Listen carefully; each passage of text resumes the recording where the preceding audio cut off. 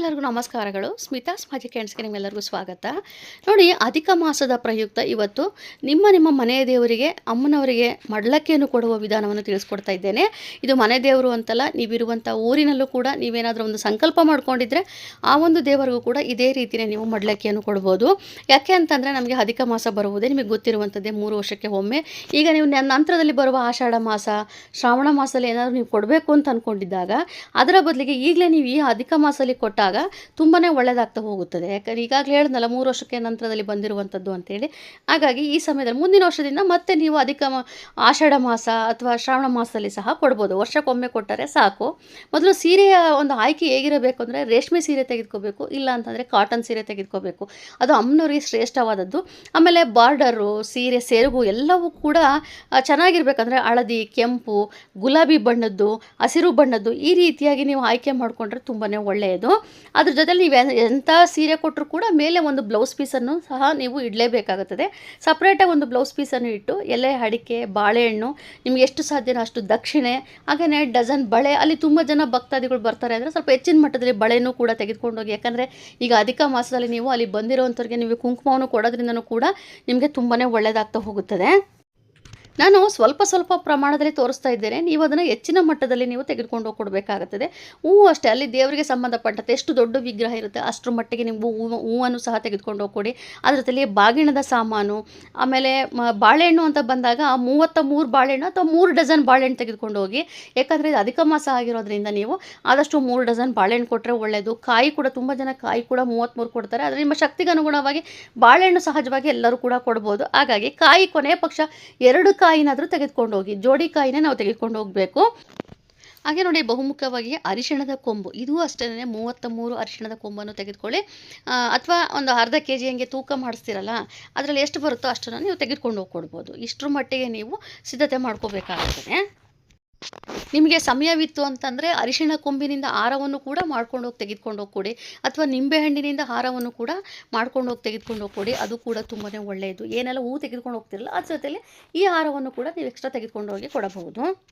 ನೋಡಿ, 2 ಕಾಯಿ ಇಟ್ಟು ತೋರಿಸ್ತಾ ಇದ್ದೇನೆ. ನೀವು ತಾಂಬೂಲದಲ್ಲಿ ಬಾಳೆಹಣ್ಣು ದಕ್ಷಿಣ ಏನು ಇಡ್ತೀರೋ ಅದು ಅಲ್ಲದೇ ಸಪ್ರೇಟಾಗಿ ನೀವು ತೆಗೆದುಕೊಂಡು ಹೋಗಬೇಕಾಗಿರೋಂಥದ್ದು ಬಾಳೆಹಣ್ಣು.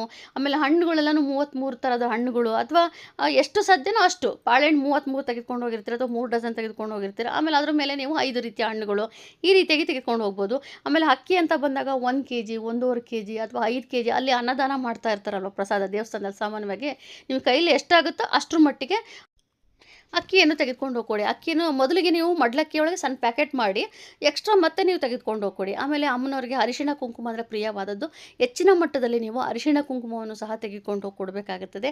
ಅದ್ರ ಜೊತೆಯಲ್ಲಿ ಇದು ಈ ಸಮಯದಲ್ಲಿ ದೇವರ ಪ್ರಸಾದ ಅಂತೇಳಿ ಹೆಸರುಬೇಳೆ ಪೊಂಗಲ್ ಎಲ್ಲ ಮಾಡ್ತಾ ಇರ್ತಾರೆ. ಅಕ್ಕಿ ಮತ್ತು ಹೆಸರುಬೇಳೆ ಹಾಕಿ ಪೊಂಗಲ್ ಮಾಡ್ತಾ ಇರ್ತಾರೆ. ಹಾಗಾಗಿ ನೀವು ಅಕ್ಕಿ ಜೊತೆಲಿ ಹೆಸರುಬೇಳೆನೂ ಸಹ ನೀವು ತೆಗೆದುಕೊಂಡು ಹೋಗಿ ಕೊಟ್ಟರೆ ತುಂಬಾ ಒಳ್ಳೆಯದು. ಅದರ ಜೊತೆಲಿ ಖರ್ಜೂರನೂ ಅಷ್ಟೇ ಸ್ವಲ್ಪ ಜಾಸ್ತಿ ಮಟ್ಟದಲ್ಲೇ ತೆಗೆದುಕೊಂಡೋಗಿ. ಡ್ರೈ ಫ್ರೂಟ್ಸ್ ಏನು ಬೇಕಾದ್ರೂ ತೆಗೆದುಕೊಂಡು ಹೋಗ್ಬೋದು. ಗೋಡಂಬಿ, ದ್ರಾಕ್ಷಿ, ಪಿಸ್ತಾ, ನೀವು ಈ ಥರ ಖರ್ಜೂರ ಅಂತ ಇರಲೇಬೇಕು. ಅದ್ರ ಜೊತೆಲಿ ನೀವು ಬೇರೆ ಏನು ಬೇಕಾದ್ರೂ ನೀವು ತೆಗೆದುಕೊಂಡು ಹೋಗ್ಬೋದು. ಖರ್ಜೂರನೂ ಅಷ್ಟೇ 33 ಖರ್ಜೂರ ಕೊಡಿ. ಬೇರೆ ಏನು ಕೊಡೋದಕ್ಕಾಗದಿದ್ರೆ ಕೊನೆ ಪಕ್ಷ ಅದನ್ನಾದರೂ ನೀವು ತೆಗೆದುಕೊಂಡು ಕೊಡ್ಬೋದು. ಈ ರೀತಿಯಾಗಿ ನೀವು ನಿಮ್ಮ ಶಕ್ತಿಗೆ ಅನುಗುಣವಾಗಿ ಸ್ವಲ್ಪ ಮಟ್ಟಿಗೆ ನೀವು ಬದಲಾವಣೆ ಮಾಡ್ಕೊಳ್ಳಿ. ನಾನು ಏನು ತೋರಿಸ್ತಾ ಇದ್ದೀನಿ ಅದನ್ನು ನೀವು ನಿಮಗೆ ಹೆಂಗೆ ಬೇಕೋ ನೀವು ಬದಲಾವಣೆಗಳು ಮಾಡಿಕೊಂಡು ನೀವು ತೆಗೆದುಕೊಂಡು ಹೋಗಿ ಕೊಡ್ಬೋದು.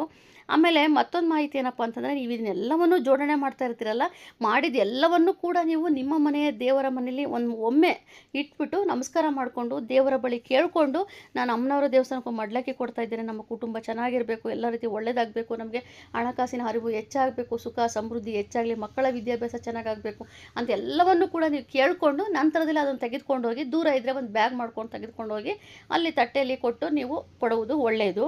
ಆಮೇಲೆ ಮತ್ತೊಂದು ವಿಚಾರ ಏನಪ್ಪ ಅಂತಂದರೆ, ಅಲ್ಲಿ ದೇವಸ್ಥಾನದಲ್ಲಿ ಅಮ್ಮನವ್ರಿಗೆ ಪಂಚಾಮೃತ ಅಭಿಷೇಕ ಮಾಡ್ತಾರೆ, ಬೆಳಗ್ಗೆನೇ ಮಾಡ್ತಾರೆ. ಹಾಗಾಗಿ ನೀವೇನು ಮಾಡಬೇಕಂದ್ರೆ ಅವ್ರ ಹತ್ರ ಹಿಂದಿನ ದಿವಸ ನೀವು ಕೇಳ್ಕೋಬೇಕು. ಇಲ್ಲ ಅಂತಂದರೆ ಸ್ವಲ್ಪ ದೂರದಲ್ಲಿದ್ದರೆ ನೀವು ಸ್ವಲ್ಪ ಬೇಗನೆ ಹೋಗಿ ಅಲ್ಲಿ ಹಾಲು ಮೊಸರು ತೆಗೆದುಕೊಂಡು ಹೋಗಿ ಕೊಟ್ಟರೆ ಅವರು ಆ ಪಂಚಾಮೃತ ಅಭಿಷೇಕಕ್ಕೆ ಉಪಯೋಗಿಸ್ಕೊತಾರೆ. ಜೇನುತುಪ್ಪ, ಹಾಲು, ಮೊಸರು, ಆಮೇಲೆ ತುಪ್ಪ, ಜೊತೆಲಿ ದೀಪಕ್ಕೆ ಹಾಕುವಂಥ ಎಣ್ಣೆ, ಕೊನೆ ಪಕ್ಷ 1 ಲೀಟ್ರ್ ಎಣ್ಣೆನಾರು ತೆಗೆದುಕೊಂಡು ಹೋಗಿ ಕೊಡಿ. ಊದಿನ ಕಡ್ಡಿ, ಅಕ್ಕಿ, ಬೆಲ್ಲ, ಹೆಸರುಬೇಳೆ ಇಷ್ಟನ್ನು ನೀವು ತೆಗೆದುಕೊಂಡು ಹೋಗಿ ಕೊಟ್ಟರೆ ತುಂಬಾ ಒಳ್ಳೆಯದು. ಇದರಲ್ಲಿ ಇನ್ನೂ ನೀವು ಅಲ್ಲಿ ಅಡುಗೆಗೆ ಏನೆಲ್ಲ ಉಪಯೋಗಿಸ್ಕೊಳ್ತಾರೋ ಅಂದರೆ ಅಲ್ಲಿ ಏನೋ ಸ್ವಲ್ಪ ತರಕಾರಿ ನೀವು ಏನೋ ವಿಶೇಷವಾಗಿ ಪ್ರಸಾದ ಮಾಡಿಸ್ತೀನಿ ಅಂತಂದರೆ ತರಕಾರಿಗೆ ಬೇಕಾಗಿರುವಂಥ ತರಕಾರಿಗಳು, ಪೊಂಗಲ್ಲು, ಕುಂಬಳಕಾಯಿ ಎಲ್ಲವನ್ನು ಕೂಡ ನೀವು ತೆಗೆದುಕೊಂಡು ಹೋಗಿ ಕೊಡ್ಬೋದು. ಆದರೆ ಮಡ್ಲಕ್ಕಿ ಅಂತ ನೀವು ಅಮ್ಮನವ್ರಿಗೆ ಕೊಡುವಂಥ ಸಂದರ್ಭದಲ್ಲಿ ಇದಿಷ್ಟನ್ನು ಮಾತ್ರ ನೀವು ಇಡಲೇಬೇಕಾಗುತ್ತದೆ. ಜೇನುತುಪ್ಪನೂ ಇಡಬೇಕು, ಯಾಕಂದರೆ ಜೇನುತುಪ್ಪ ಸಿಹಿ ಅಲ್ವಾ, ಹಾಗಾಗಿ ಅಮ್ಮನವ್ರಿಗೆ ಮಡ್ಲಕ್ಕಿ ಕೊಡುವಂಥ ಸಂದರ್ಭದಲ್ಲಿ ನೀವು ಜೇನುತುಪ್ಪ ಇಡೋದು ಮರಿಬೇಡಿ. ಬೆಲ್ಲ ಇಟ್ಟಿರ್ತೀರಿ, ಆದರೂ ಜೇನುತುಪ್ಪವನ್ನು ಇಡಿ, ಅದು ತುಂಬ ಒಳ್ಳೆಯದು. ಅದ್ರ ಜೊತೆಲಿ ತುಪ್ಪ, ಆಮೇಲೆ ಎಣ್ಣೆ ಇವೆಲ್ಲವನ್ನು ಸೇರಿ ಊದಿನ ಕಡ್ಡಿ, ಆಮೇಲೆ ಗೆಜ್ಜೆ ವಸ್ತ್ರ, ಸೀರೆ ಹೆಂಗಿದ್ರೆ ಇಟ್ಟಿರ್ತೀರಿ ಇಷ್ಟನ್ನು ನೀವು ಕೊಟ್ರಿ.